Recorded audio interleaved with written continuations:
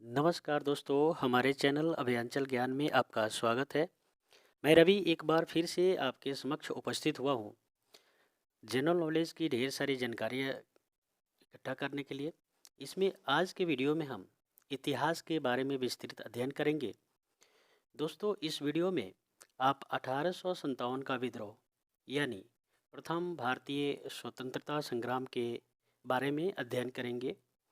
तो सबसे पहले आज हम 1857 के विद्रोह का कारण क्या था, आखिर ये कहाँ कहाँ हुआ, कहाँ इसका प्रारंभ हुआ, इसका प्रभाव क्या रहा, और अगर ये असफल रहा, ये विद्रोह असफल रहा, तो इसके क्या क्या रीजन और कारण थे। तो दोस्तों, पहले आज हम इसके बारे में जानते हैं कि 1857 का भारतीय विद्रोह, जिसे प्रथम भारतीय स्वतंत्रता संग्राम के नाम से भी जाना जाता है, ब्रिटिश शासन के विरुद्ध एक सशस्त्र विद्रोह था। मतलब कि 1857 का क्रांति भारतीय इतिहास की महत्वपूर्ण घटनाओं में से एक था। यह ईस्ट इंडिया कंपनी के खिलाफ पहला विद्रोह था जिसने एक विशाल रूप ले लिया था। इस विद्रोह के पीछे मुख्य व्यक्ति सैनिक थे। यही कारण है कि इसे सिपाही विद्रोह भी कहा जाता है। लेकिन यह विद्रोह सैनिकों तक ही सीमित नहीं था, बल्कि बाद में इसने एक विस्तृत रूप ले लिया। कुछ लोगों ने यह भी कहा कि भारत में स्वतंत्रता की यह पहली लड़ाई थी। मतलब 1857 के विद्रोह में पहले शहीद का नाम मंगल पांडे था। उन्होंने ब्रिटिश सर्जेंट पे 19 मार्च 1857 को बैरकपुर में हमला किया था।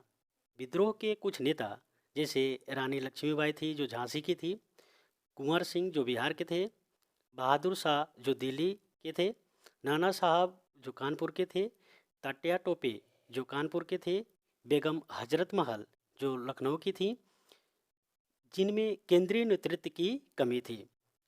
तो ये तो हो गया, आप उसके बारे में समझ गए कि ये विद्रोह का कारण क्या था। अगर इसके तत्कालिक जो कारण के बारे में अगर देखते हैं, तो यह विद्रोह 2 वर्षों तक भारत के विभिन्न क्षेत्रों में चला।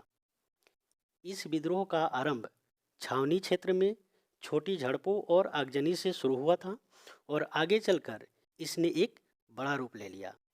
तो अगर इसके तत्कालिक कारण जो हो उसके बारे में अगर देखते हैं, तो तत्कालिक कारण थे, जैसे उसमें चर्बी लगे कारतूसों के प्रयोग को 1857 ईस्वी के विद्रोह का एक तत्कालिक कारण माना जाता है। मतलब कि कैनेगी सरकार ने 1857 में सैनिकों के प्रयोग के लिए पुरानी लोहे वाली बंदूक के स्थान पर इनफील्ड राइफल का प्रयोग शुरू कराया था, जिसमें कारतूसों को लगाने से पूर्व उसे दांतों से खींचना पड़ता था। क्योंकि कारतूसों में गाय और सूअर दोनों की चर्बी लगी थी, इसलिए हिंदू और मुसलमान दोनों भड़क गए, जिसके परिणाम स्वरूप 1857 के विद्रोह की शुरुआत हुई। मतलब चर्बी युक्त कारतूसों के प्रयोग के विरुद्ध पहली घटना 29 मार्च को 1857 को बैरकपुर की छावनी में घटी, जहां मंगल पांडे नामक एक सिपाही ने चर्बी लगे कारतूस के प्रयोग से इनकार करते हुए अपने अधिकारी लेफ्टिनेंट को हत्या कर दी। तो यहाँ से विद्रोह का प्रारंभ हुआ।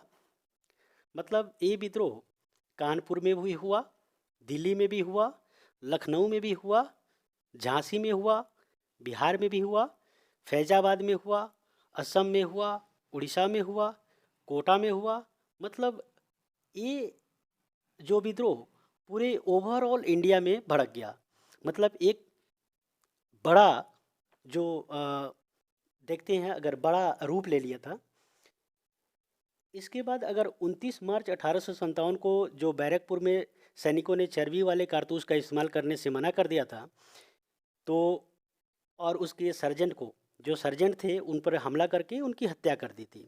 मतलब 8 अप्रैल 1857 को इसके हिसाब से मंगल पांडे को फांसी दे दी गई थी, जिसमें 34वीं देसी पैदल सेना रेजिमेंट को भंग कर दिया गया। तो इसके अगर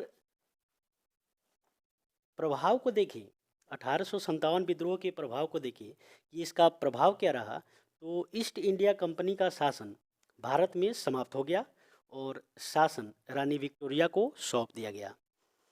सेना में भी सुधार किया गया, नए कदम उठाए गए ताकि भविष्य में कोई ऐसी घटना न हो। भारतीयों को बेहतर शासन का आश्वासन दिया गया।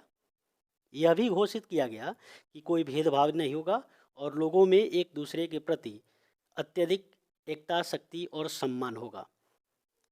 इस मतलब बहुत सारे सिद्धांतों का जो जैसे सिद्धांत थे उसमें अंग्रेज़ों के द्वारा बनाया गया सिद्धांत था, उसको वापस ले लिया गया और सामाजिक सिद्धांत को अपनाया गया।